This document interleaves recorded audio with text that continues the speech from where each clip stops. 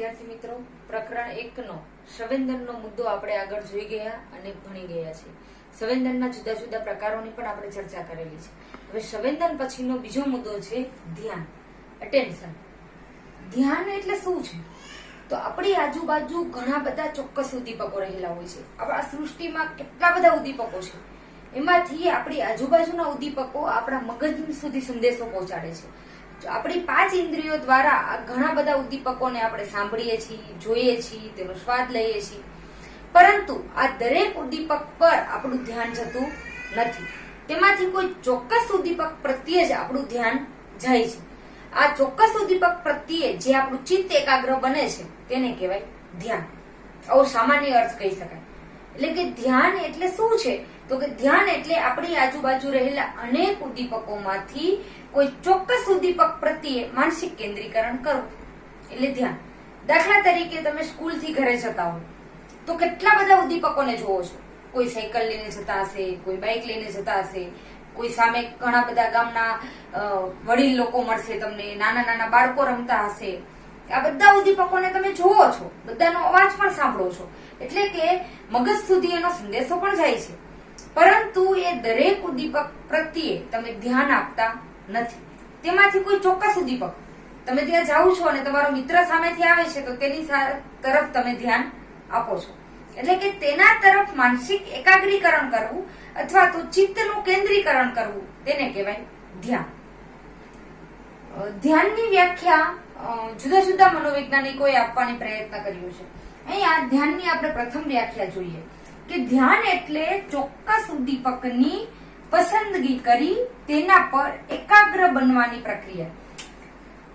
અહીંયા 2 શબ્દને હાઇલાઇટ કરીએ. ધ્યાન એટલે ચોક્કસ ઉદ્દીપક. ઘણા બધા ઉદ્દીપકમાંથી કોઈ પર્ટિક્યુલર ચોક્કસ ઉદ્દીપકની પસંદગી કરીએ છીએ અને તેના પર આપણે એકાગ્ર બનીએ છીએ, તેને કહેવાય ધ્યાન. એટલે મેં તમને ફોર એક્ઝામ્પલ ઉદાહરણ આપ્યું કે તમે જતા હોય તો ઘણા બધાના અવાજ સંભળાય છે, બહુ બધા લોકોને તમે જોવો છો, પરંતુ બધા તરફ આપણું ધ્યાન જતું નથી. તેમાંથી તમારો મિત્ર છે અથવા તો તમારા જેવા સેમ કપડા કોઈએ પહેરેલા છે, મતલબ કંઈક તમને લાગુ પડતી વસ્તુ છે, તેના તરફ જ તમે એકાગ્ર બનો છો. એટલે આ એકાગ્ર બનવાની પ્રક્રિયા એ શું છે? તો કે ધ્યાન.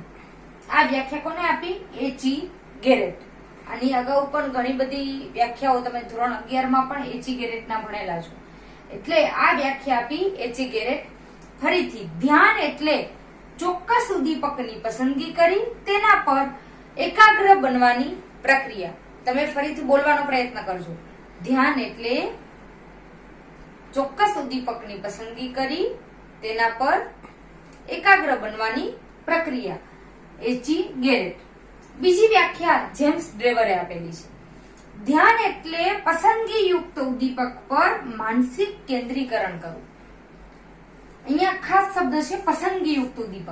જે આપને પસંદ છે, આપને લાગુ પડતું ઉદ્દીપક છે, તેના તરફ આપણે કેન્દ્રીકરણ કરીએ. હવે અહીંયા પેલા એક વખત તમને ઉદ્દીપક એટલે શું એ આપણે યાદ કરી લઈએ. ઉદ્દીપક એટલે શું?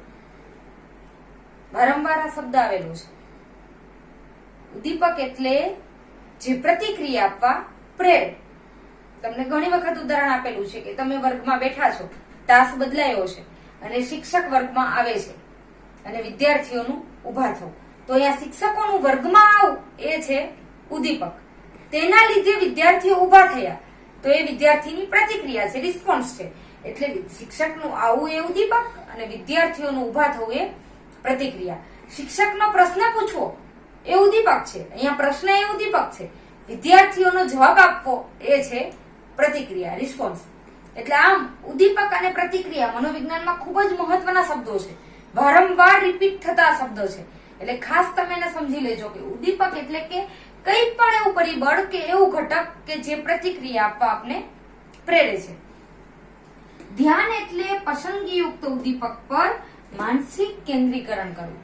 ઘણા બધા ઉદ્દીપકોમાંથી કેના તરફ માનસિક કેન્દ્રીકરણ કરવાનું? તો કે આપને જે પસંદ છે, આપને જે લાગુ પડે છે, આપણા માટે કંઈક મહત્વનું છે, તેના તરફ આપણે માનસિક રીતે કેન્દ્રિત થઈએ છીએ, ત્યારે તેને કહેવાય ધ્યાન. આ વ્યાખ્યા આપી જેમ્સ ડ્રેવરે. બંને વ્યાખ્યા તૈયાર કરવાની છે, એ હોમવર્કમાં છે. ધ્યાન એટલે પસંદગીયુક્ત ઉદ્દીપક પર માનસિક કેન્દ્રીકરણ કરવું. જેમ્સ ડ્રેવર. હવે આપણે વ્યાખ્યા બાદ ધ્યાનનું સ્વરૂપ જોવાનું છે, તેનું સ્ટ્રક્ચર કેવું છે, તેના લક્ષણો શું છે, કેને ધ્યાન કહી શકાય, કેવા કેવા લક્ષણો હોય તો એને ધ્યાન તરીકે ઓળખીએ. તો અહીંયા ધ્યાનના લક્ષણો આપણે સ્ટેપ બાય સ્ટેપ સમજીશું. ધ્યાનનું પ્રથમ લક્ષણ છે કે ધ્યાન એ પસંદગીયુક્ત પ્રક્રિયા છે. જો આ વ્યાખ્યાની અંદર જ આપણે આવી ગયું છે કે પસંદગીયુક્ત ઉદ્દીપક. ધ્યાન એ પસંદગીયુક્ત પ્રક્રિયા છે, એટલે કે આપણી આજુબાજુ ઘણા બધા ઉદ્દીપકો છે, તેમાંથી આપને પસંદ છે એ ઉદ્દીપક તરફ આપણે ધ્યાન વધારે આપીએ છીએ. દાખલા તરીકે તમે મૂવી જોવો છો, પિક્ચર જોવા બેઠા છો, તો પિક્ચરની અમુક બાબતો તરફ તમારું ખાસ ધ્યાન જાય છે. આખું પિક્ચર જોવો છો પણ એમાં અમુક વસ્તુ તમને ખાસ યાદ રહી જાય છે, તરત જ એના તરફ તમારું ધ્યાન જાય છે. દાખલા તરીકે કોઈ છોકરી હશે તો હિરોઈનના કપડા, કેવા કપડા પહેર્યા છે, એનો મેકઅપ કેવો કરેલો છે, એને મેચિંગ કેવું પહેરેલું છે, એની વાળની સ્ટાઇલ કેવી છે, આ બધા તરફ એનું ધ્યાન જશે. એ સ્વાભાવિક છે, કારણ કે એને પસંદગીની વસ્તુ છે. જ્યારે એને કદાચ હીરાની અમુક વસ્તુ એટલું બધું ધ્યાન નહીં ગયું કે એની સ્ટાઇલ કેવી છે, પણ એ જ સમયે જો છોકરો મૂવી જોતો હશે તો એ છોકરાનું ધ્યાન હીરો બાઇક કઈ રીતે ચલાવે છે, એના વાળની સ્ટાઇલ કેવી છે, આ બધા ઉપર, એની બોલવાની છટા કેવી છે, ખલનાયકની સામે એ કેવી રીતે રિસ્પોન્સ આપે છે, આ બધી બાબત તરફ છોકરાનું ધ્યાન અચૂકપણે જશે, કારણ કે એ એના પસંદગીનો મુદ્દો છે. એટલે આખા મૂવીમાંથી જે આપને પસંદ છે એ એના તરફ આપણું અચૂકપણે વધારે ધ્યાન જાય છે અને તેને આપણે માનસિક રીતે એનું કેન્દ્રીકરણ કરીએ છીએ. એટલે પહેલો મુદ્દો, ધ્યાન એ પસંદગીયુક્ત પ્રક્રિયા છે. બીજું છે ધ્યાન સમાયોજનાત્મક છે. કઈ રીતે સમાયોજનાત્મક? તો આપણે ધ્યાન આપતી વખતે શારીરિક અને માનસિક બંને રીતે સમાયોજન કરીએ છીએ. બંને રીતે સમાયોજન થાય છે. સમાયોજન એટલે શું? તો એડજસ્ટ કરવું, એની સાથે સેટ થવું, એ પરિસ્થિતિ સાથે એડજસ્ટમેન્ટ કરવું, એટલે સમાયોજન કહેવાય. તો ધ્યાન એ સમાયોજનાત્મક કઈ રીતે છે? તો જે વસ્તુ તરફ આપણે ધ્યાન આપવાનું છે તેના તરફ આપણા શરીરના અંગો, જ્ઞાન તંતુઓ, ઇન્દ્રિયો સમાયોજન સાધે છે. જેમ કે દ્રષ્ટિ સંવેદનની અંદર તમે ભણેલા છો કે જ્યારે આપણે દૂરની કોઈ વસ્તુ જોવી હોય અને આપણા માટે ઇમ્પોર્ટન્ટ વસ્તુ છે, એ જોવી મહત્વની છે, ત્યારે તરત જ આપણે આંખો પર આમ છાજલી કરીને જોશું. એટલે શું કર્યું? આપણે આંખની કિક્કી, તમે ભણેલા છો, કૃષ્ણ મંડળના સ્નાયુઓ સંકોચિત થશે, કિક્કી પહોળી થશે અને આપણે દૂરની વસ્તુ જોઈએ છીએ. તો આ જે એડજસ્ટમેન્ટ થાય છે એ આપણું શરીર કરે છે કે જે વસ્તુ તરફ તમારે ધ્યાન આપવું છે એના તરફ આપણે સમાયોજન કરીએ છીએ. દૂરની વસ્તુને જોવા આંખ પર છાજલી કરીએ, આંખો ઝીણી કરીએ, એકદમ આપણી કિક્કી પહોળી થાય, આ જે થવાની કિક્કી નાની થાય, આ જે જોવાની સમાયોજન કરવાની પ્રક્રિયા છે એ ધ્યાનમાં થતી હોય છે. તો ફોર એક્ઝામ્પલ છે, પણ જ્યાં પણ આપણે ધ્યાન આપીએ છીએ, જે વસ્તુ આપણી પસંદગીયુક્ત ઉદ્દીપક છે તેના તરફ આપણે સમાયોજન સાધી લેતા હોઈએ છીએ. ત્રીજો મુદ્દો છે ધ્યાન એ શોધનાત્મક છે. ધ્યાન શોધનાત્મક છે. આપણે જે ઉદ્દીપક આપણા માટે બહુ મહત્વનું છે તેના તરફ ધ્યાન આપીએ છીએ, તેમાં કંઈક ને કંઈક ડિટેલમાં શોધવાનો આપણે પ્રયત્ન કરીએ છીએ. દાખલા તરીકે સાડીની ખરીદી કરવા માટે કોઈ સ્ત્રી ગઈ, ઘણી બધી સાડી દુકાનદારે બતાવી, ઢગલા ઉપર ઢગલા કરે. આપણે બહેનોને તો ખાસ ખબર છે કે જલ્દી પસંદ ના કરીએ. ઘણી બધી સાડીઓ ટર્ન બાય ટર્ન વારાફરતી બતાવ્યા જ કરે છે. તેમાંથી કોઈ એક સાડી એને પસંદ આવી, એટલે એના તરફ એનું ચોક્કસપણે ખાસ ધ્યાન ગયું. ઘણા બધી સાડીઓ એ ઘણા બધા ઉદ્દીપકો છે, તેમાંથી કોઈ ચોક્કસ ઉદ્દીપકની શું કરી, એને પસંદગી કરી, તેના તરફ તેનું ખાસ ધ્યાન ગયું. હવે એ ધ્યાન ગયું, એમાં એ શોધનાત્મકની પ્રક્રિયા ચાલુ થશે. કઈ રીતે? તો પછી એને સાડી ગમી એટલે બધું જોશે કે એનો પાલો કેવો છે, એમાં ડિઝાઇન કેવી છે, કે કોઈ સેકન્ડ તો નથી ને, કઈ નુકસાન તો નથી ને, એનો કલર કોમ્બિનેશન કેવું છે, એનું કાપડ કેવું છે, બધું હાથમાં લઈને એનું મટીરિયલ જોશે. એટલે આ રીતે એ સાડીમાં કંઈક શોધવાનો પ્રયત્ન કરશે. એટલે આ રીતે ધ્યાન એ શોધનાત્મક પ્રક્રિયા છે. ચોથું છે ધ્યાન એ ભવિષ્યલક્ષી છે. ધ્યાન એ ખાલી વર્તમાનનું નથી, એમાં ભવિષ્ય પણ જોડાયેલું છે. કોઈ પણ વસ્તુ પ્રત્યે તમે ધ્યાન આપશો પછી ભવિષ્યમાં એની ઇફેક્ટ શું થશે એ પણ આપણે જોઈએ છીએ. દાખલા તરીકે તમારે કોઈ મકાન લેવું છે શહેરમાં, તમે 70 થી 80 લાખ રૂપિયા ખર્ચીને જ્યારે એક બંગલો લેવા માંગતા હોય ત્યારે બસ ગમ્યો એટલે લઈ લીધું એવું નથી. ખાલી વર્તમાનની પરિસ્થિતિ નહીં, પરંતુ ત્યાં ભવિષ્યનો પણ આપણે વિચાર કરીએ છીએ કે ત્યાં બાજુમાં કોઈ એક મહત્વનો કોઈ રોડ નીકળવાનો છે, આજુબાજુ ગવર્મેન્ટ કે વિકાસ કરવાનો છે, આ બંગલો હું લઈશ તો તેના ભવિષ્યમાં ભાવ વધવાની શક્યતા કેટલી છે, ત્યાં કેટલુંક ડેવલપમેન્ટ થવાની શક્યતા છે. આ બધા જ મુદ્દાને આપણે ધ્યાનમાં લઈએ છીએ. એટલે કે કોઈ પણ વસ્તુ ઉદ્દીપક તરફ આપણે ધ્યાન આપીએ છીએ તો તેના ભવિષ્યના મુદ્દાને પણ આપણે વિચારીએ છીએ. જેમ કે તમે કોઈ વિષય ફેકલ્ટી પસંદ કરી, આર્ટ્સ, કોમર્સ, સાયન્સ, ઘણા બધા તમારી પાસે ઓપ્શન હતા, તેમાંથી કોઈ એક ઓપ્શન તમે પસંદ કર્યું, પણ એ પસંદ કરવા સમયે તમે એના ભવિષ્યની ઘણી બધી બાબતો વિચારી છે કે હા હું આર્ટ્સ રાખીશ તો પછી આર્ટ્સમાં હું આગળ શું કરવા માંગુ છું, ત્યાં મારા કેટલું મારું ફ્યુચર છે, શું મને ચાન્સ મળશે, કેવા સ્કોપ છે, ભવિષ્યમાં નોકરી માટેના ચાન્સ કેવા છે, આ ઘણી બધી બાબતો તમે વિચારો છો. એટલે કે ધ્યાન એ ભવિષ્યલક્ષી છે. ત્યાર પછીનો મુદ્દો છે ધ્યાન પ્રેરણાત્મક છે. પ્રેરણાનો મુદ્દો તમે 11મા ધોરણમાં ભણેલા છો કે ઘણી બધી આપણી પ્રેરણા છે. શારીરિક પ્રેરણા, મનોવૈજ્ઞાનિક પ્રેરણા, સામાજિક પ્રેરણા, જેમ કે ભૂખ, તરસ, ઊંઘ, આ બધી શારીરિક પ્રેરણા છે. પ્રેમ, હૂફ, કોઈનો સાથ, કોઈનો સહકાર, આ બધી મનોવૈજ્ઞાનિક પ્રેરણા છે. સત્તા, સ્નેહ, આ બધી સામાજિક પ્રેરણા છે. તો આ બધી જે પ્રેરણા છે એને અને ધ્યાનને શું સંબંધ છે? તો કે એવી જ ઉદ્દીપક તરફ આપણું ધ્યાન જાય છે કે જે આપણી પ્રેરણા સાથે જોડાયેલી. દાખલા તરીકે સવારે ઉઠીને ન્યૂઝપેપર તમે જુઓ, સ્વાભાવિક વસ્તુ છે, જોજો તમે તમારી આ જગ્યાએ આ ઉદાહરણમાં તમારી જાતને મૂકવાનો પ્રયત્ન કરજો તો તમને ઝડપથી સમજાઈ જશે કે તમે ન્યૂઝપેપર જોવો છો તો સ્વાભાવિક છે કે જો તમે નોકરીની તલાશમાં હશો તો તમારું ધ્યાન એ જ એડવર્ટાઇઝ પર જશે કે જોઈએ છે, નોકરી માટે આની જરૂર છે. તરત જ તમે એ બોક્સ ઉપર જ તમારું ધ્યાન જાય છે. કેમ? તો તમારી પ્રેરણા અત્યારે શું છે? નોકરી મેળવવાની. કુંવારો છોકરો કે છોકરી છે એ લગ્ન માટે જીવનસાથીની શોધમાં હશે તો એનું ડાયરેક્ટ પહેલું ધ્યાન ક્યાં જશે? તો કે ભાઈ જીવનસાથીની પસંદગી માટેનો જે બોક્સ આપેલું હોય છે તેના તરફ એનું ચોક્કસ ધ્યાન જશે કે અહીંયા યુવક છે, એના યુવતીની તપાસ છે, ને આ તે જે પણ જીવનસાથી માટેનું જે બોક્સ હોય છે એમાં ચોક્કસપણે એનું ધ્યાન જાય છે. આમ ધ્યાન એ પ્રેરણાત્મક છે. ત્યાર પછીનો મુદ્દો છે ધ્યાન એ સીમા પ્રદેશ અને કેન્દ્ર પ્રદેશ હોય છે.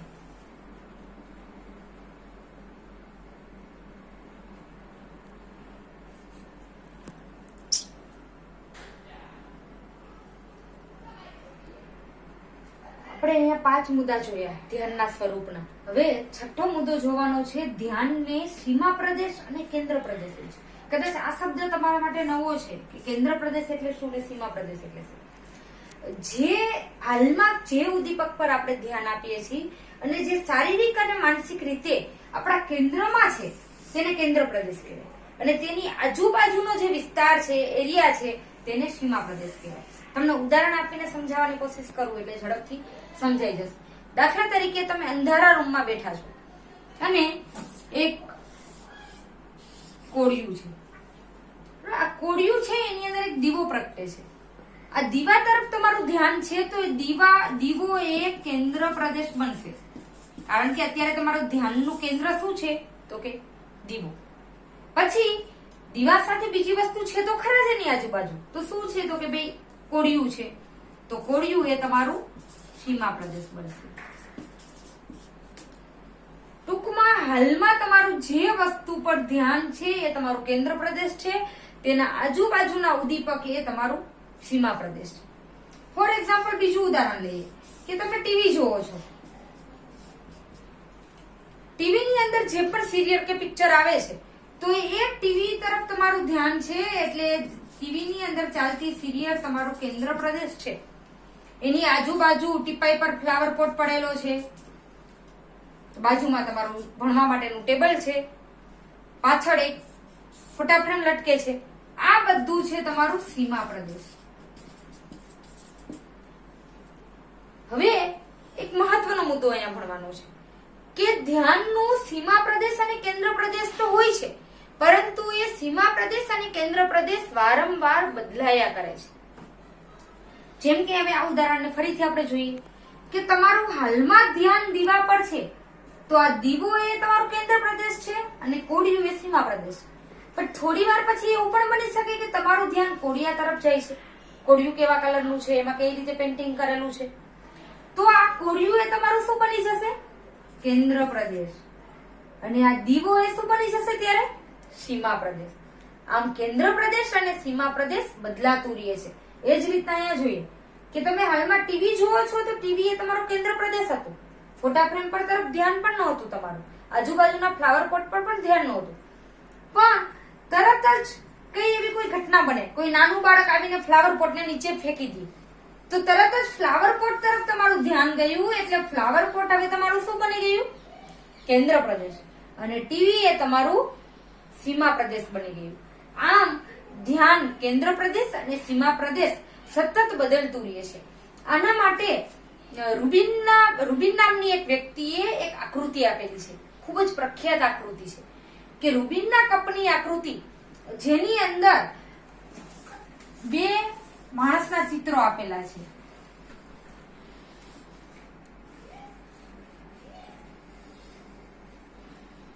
અહીંયા આ કાળો ભાગ આપેલો હતો રૂબીને.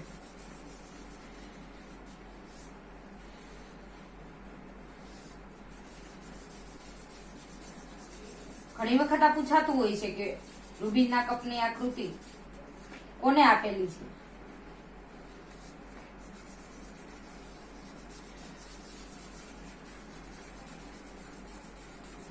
હવે અહીંયા જો તમે આ ફક્ત બ્લુ ભાગને એટલે કે કાળા ભાગને જોવાની કોશિશ કરો તો તમને શું દેખાય છે?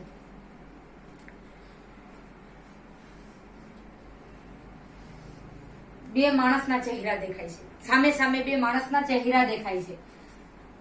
પણ કન્ટિન્યુ કોશિશ કરો કે ચહેરા તરફ જ ધ્યાન આપવું છે, નહીં આપી શકો. એ ધ્યાન આપતા આપતા વચ્ચે તમને એક કપની આકૃતિ દેખાઈ જશે, શિલ્ડ જો. આ આકૃતિને કહેવાય છે રૂબિનના કપની આકૃતિ. તમારા પાઠ્યપુસ્તકની અંદર તમે વ્યવસ્થિત આકૃતિ જોઈ શકશો. હવે અહીંયા બે ચહેરા તમને જ્યારે દેખાય છે ત્યારે બંને ચહેરા તમારો કયો પ્રદેશ બનશે? કેન્દ્ર પ્રદેશ. જ્યારે આ વ્હાઇટ પોર્શન તમે જોશો અને જે દીવા જેવું જે દેખાય છે, દીવી જેવું, એ તમારો સીમા પ્રદેશ છે. પરંતુ થોડી વાર પછી એવું થશે કે તમારું ધ્યાન આપોઆપ દીવા તરફ જશે, ત્યારે બંને ચહેરા શું બની જશે? તમારા સીમા પ્રદેશ. અને આ દીવો બની જશે તમારું કેન્દ્ર પ્રદેશ. આમ આ આકૃતિને વ્યુત્ક્રમિત આકૃતિ તરીકે ઓળખવામાં આવે છે. આ એક જનરલ નોલેજ નો પ્રશ્ન પણ છે. ઘણી વખત જીકે ની અંદર પણ આ પ્રશ્ન પૂછાતો હોય છે કે રૂબિનના કપની આકૃતિને કયા નામે ઓળખવામાં આવે છે? વ્યુત્ક્રમિત. એટલે કે વારંવાર એ બદલાયા કરે છે, એટલે વ્યુત્ક્રમિત આકૃતિ તરીકે પણ આને ઓળખવામાં આવે છે. એટલે આમ ધ્યાનને સીમા પ્રદેશ અને કેન્દ્ર પ્રદેશ હોય છે. ત્યાર પછી છેલ્લો મુદ્દો આપણે જોવાનો છે કે ધ્યાન ચંચળ છે. આ બંને મુદ્દા એકદમ એકબીજા સાથે જોઈન્ટ છે, મળતા આવે છે. ચંચળ છે એ તમે અહીંયા ભણી જ ગયા છો કે ધ્યાન ક્યારેય પણ એક જગ્યાએ લાંબો સમય સુધી ટકી શકતું નથી. ચંચળ છે. ઘણું બાળક પણ એવું છે ને, ચંચળ. આપણે એમ કે બહુ એક્ટિવ છે, કન્ટિન્યુઅસ કંઈક ન્યુ ગેમ રમ્યા કરે. થોડી વાર અહીંયા બેસે, થોડી વાર બીજું ટોઈસ લઈએ, થોડી વાર બીજું ટોઈસ લઈએ. આવું આપણે પણ થાય છે. આપણું ધ્યાન પણ ચંચળ છે. બહુ લાંબો સમય સુધી કોઈ એક વસ્તુ પર આપણે ધ્યાન આપી શકતા નથી. કોઈ એક ઉદ્દીપક પર થોડી વાર ધ્યાન આપીએ, ફરીથી ધ્યાન બદલાયા કરે છે. આ ધ્યાન બદલાવાની જે ક્રિયા છે તેને ધ્યાન વિચલન તરીકે ઓળખવામાં આવે છે. ખાસ યાદ રાખજો. ઘણી વખત વ્યાખ્યા પૂછાય છે કે ધ્યાન વિચલન એટલે શું? તો ધ્યાનની એક ઉદ્દીપક પરથી બીજા ઉદ્દીપક પર બદલ્યા કરવાની ક્રિયાને ધ્યાન વિચલન કહે છે. બદલાયા કરે છે ધ્યાન. એટલે જ આપણે ખબર છે કે કન્ટિન્યુઅસ કોઈ એક કલાકથી વધુ લેક્ચરમાં આપણે ધ્યાન આપી શકતા નથી. જો વધુ સમય થશે તો તરત તમારું ધ્યાન જશે. આજે બેલ કેમ ના પડ્યું? હવે નથી સમજાતું. કેમ? તો કે ભાઈ હવે ધ્યાન આપણું ચંચળ છે, એટલે કોઈ એક વસ્તુ પર વધુ સમય ટકી રહેતું નથી. પછી તમારું ધ્યાન તરત જવા લાગશે. ઓ, સેવક બેલ પાડવા જાય છે, કેમ? બહાર શું થાય છે? સામેની દુકાને શું બને છે? બહાર પક્ષી ક્યાં શું અવાજ કરે છે? આમ વધુ સમય સુધી કોઈ એક વસ્તુ પર આપણું ધ્યાન ટકી શકતું નથી, એટલે કે ધ્યાન ચંચળ છે. અહીંયા આપણા ધ્યાનના સ્વરૂપ અથવા તો લક્ષણ જે પણ કે આ જ જવાબ આવશે. આ બંને મુદ્દા આપણા અહીંયા પૂર્ણ થાય છે.